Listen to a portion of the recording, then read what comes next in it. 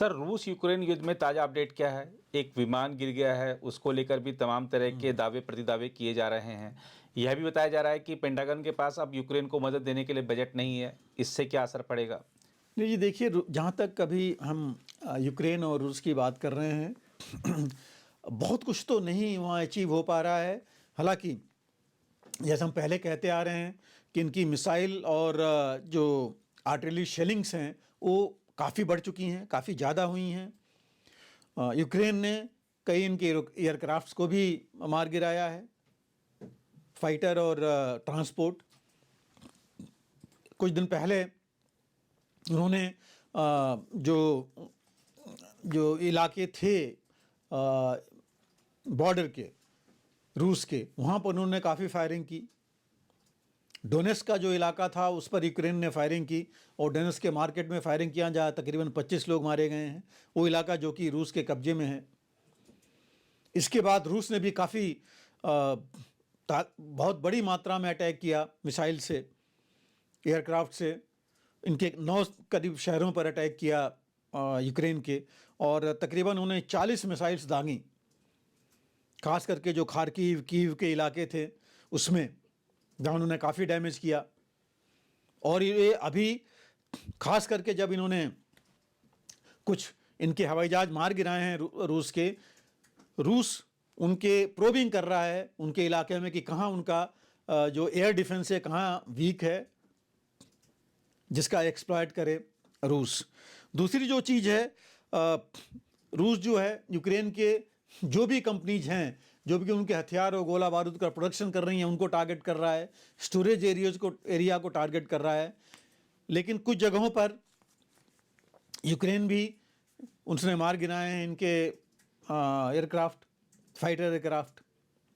और जहाँ तक लेटेस्ट है, 2 दिन पहले की जो बात है कि एक इनके बीच में दोनों ने कंफर्म किया है, यूक्रेन ने और रूस ने, कि पहले बातचीत चल रही थी युद्धबंदियों की, POWs की अदला बदली की, जिसके लिए तकरीबन 65 POW यूक्रेन के जो थे वो रूस लेके आ रहा था बेलगरोड में, जो कि बॉर्डर सिटी है।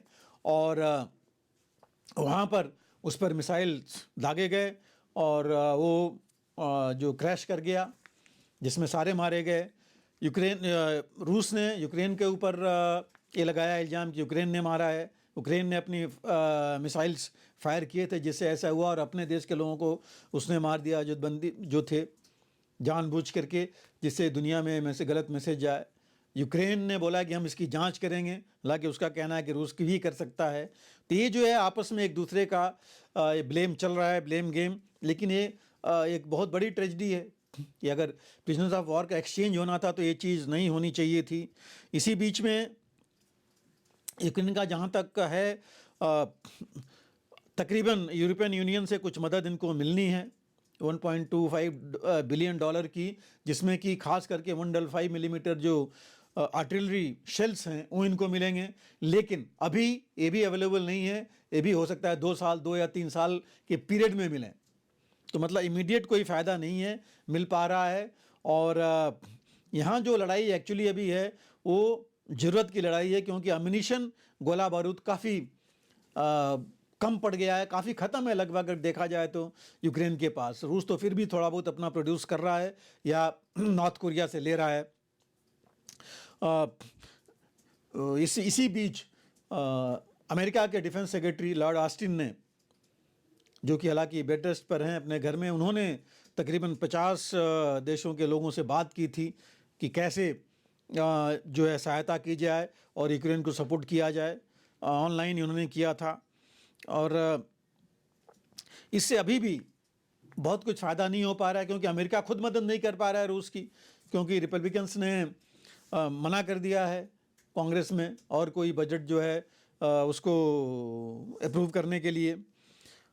जो देखा जाए कायदे में तो ये अब आर्म्स एम्युनिशन की लड़ाई हो गई है, आर्म्स एम्युनिशन की कमी की लड़ाई, किसको पूरा कैसे करें। अब एक नई लड़ाई वहाँ इस हिसाब से छिड़ गई है, क्योंकि कमी हो रही है और मिल नहीं रहा है। जहाँ तक रूस का सवाल है, रूस इस वीकनेस को एक्सप्लॉइट करना चाहता है। हालांकि जो कुछ एंटी मिसाइल मिसाइल्स थी यूक्रेन के पास, उसका उसने अच्छा इस्तेमाल किया है नाटो की मदद से, लेकिन फिर भी अभी भी उनको ज़्यादा कुछ मिल नहीं पाया है। ग्राउंड पर वो वहीं के वहीं हैं, कुछ आगे नहीं बढ़ पाए हैं। ग्राउंड ऑफेंसिव कहीं आगे नहीं बढ़ रही है।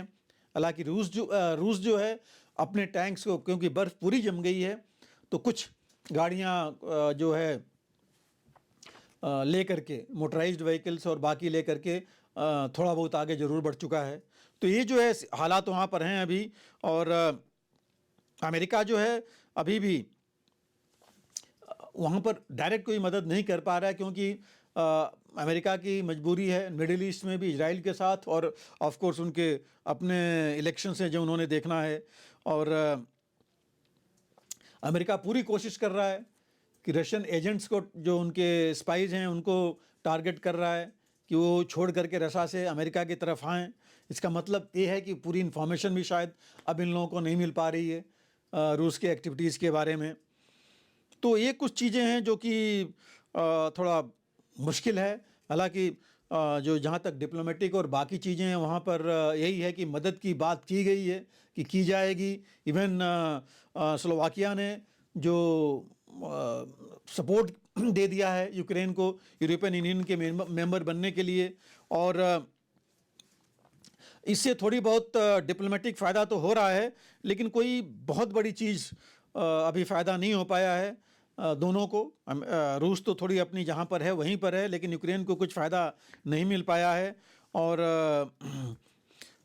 जो स्ट्राइक्स हैं मिसाइल्स की, एयरक्राफ्ट की, वो चलती ही जा रही हैं।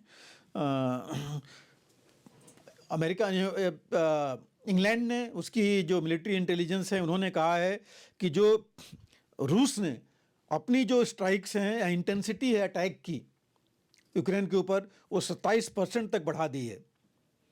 खास करके आर्मर्ड व्हीकल्स, आर्मर्ड गाड़ियां जो हैं उनको लेकर के, टैंक्स ले करके। और एक और जो पॉलिटिकल वो है कि जेलेंस्की का बयान है, उनका कहना है कि वो, उनको बहुत चिंता है कि ट्रंप दोबारा जो है वापस नहीं आए अमेरिका में, क्योंकि उन्होंने पहले बोला है कि वो आते ही 2 दिन में ख़त्म कर देंगे ये लड़ाई, और जो कि इसको जेलेंस्की को लग रहा है कि उनके फेवर में नहीं, रूस के फेवर में जाएगी। तो कुल मिला के देखा जाए तो वहाँ पर कोई बात ना इस टैक्स लड़ाई के मुद्दे पर बढ़ रही है आगे। रूस ही जो है थोड़ा बहुत आगे है, और डिप्लोमेटिक या बाकी फ्रंट पर भी कोई ऐसी बहुत बड़ी कामयाबी नहीं हो रही है कि कोई सीज फायर या लड़ाई रोकने के लिए कुछ बात आगे बढ़े। अगर आप भी लेना चाहते हैं देश दुनिया की तमाम जानकारी, तो आज ही सब्सक्राइब करें हमारे चैनल को। साथ ही नीचे दिए बेल आइकन को जरूर दबाएं ताकि हर अपडेट आप तक पहुंच सके।